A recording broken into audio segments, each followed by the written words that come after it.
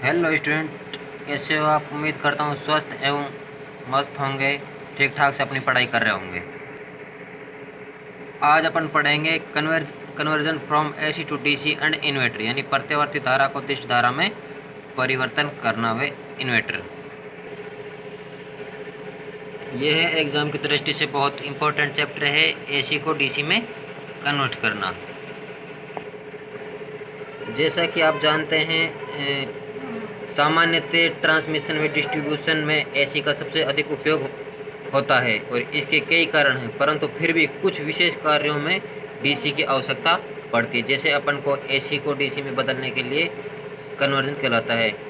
इसके महत्वपूर्ण कार्य हैं, जैसे बैटरी को चार्जिंग करना, विद्युत लेपन व यानी इलेक्ट्रोप्लेटिंग करना, कुछ रासायनिक अभिक्रियाएं वे भी डीसी से ही होती हैं। उसके अलावा इलेक्ट्रॉनिक उपकरणों की पावर सप्लाई आदि, ट्रैक्शन कार्य के लिए टेलीफोन व डीसी मोटर आदि के लिए भी आपका डीसी के लिए उपयोग किया जाता है।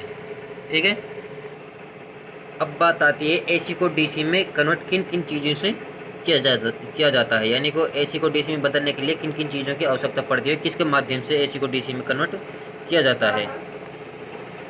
पहला है आपका मोटर जनरेटर सेट और रोटरी कन्वर्टर।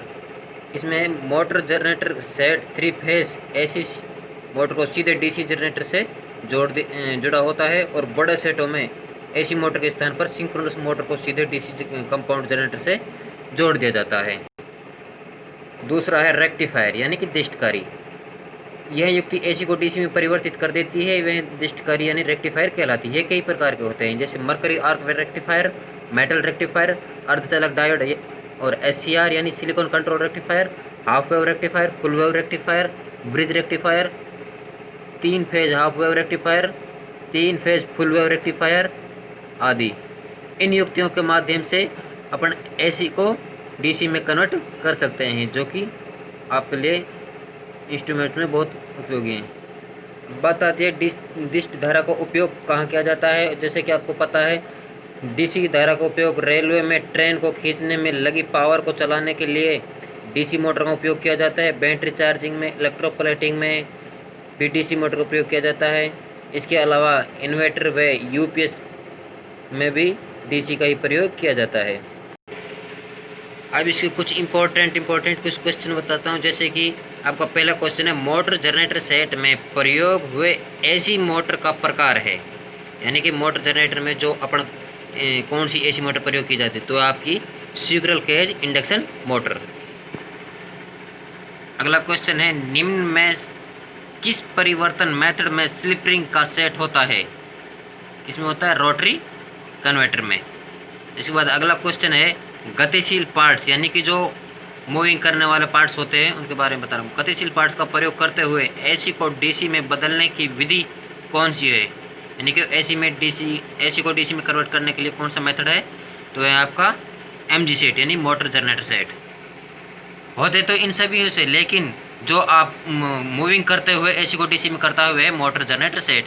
एससीआर ये तो एक इलेक्ट्रॉनिक सिस्टम है, मरकरी आर्क रेक्टिफायर ये भी इलेक्ट्रॉनिक सिस्टम है और धातु रेक्टिफायर ये भी इलेक्ट्रॉनिक है।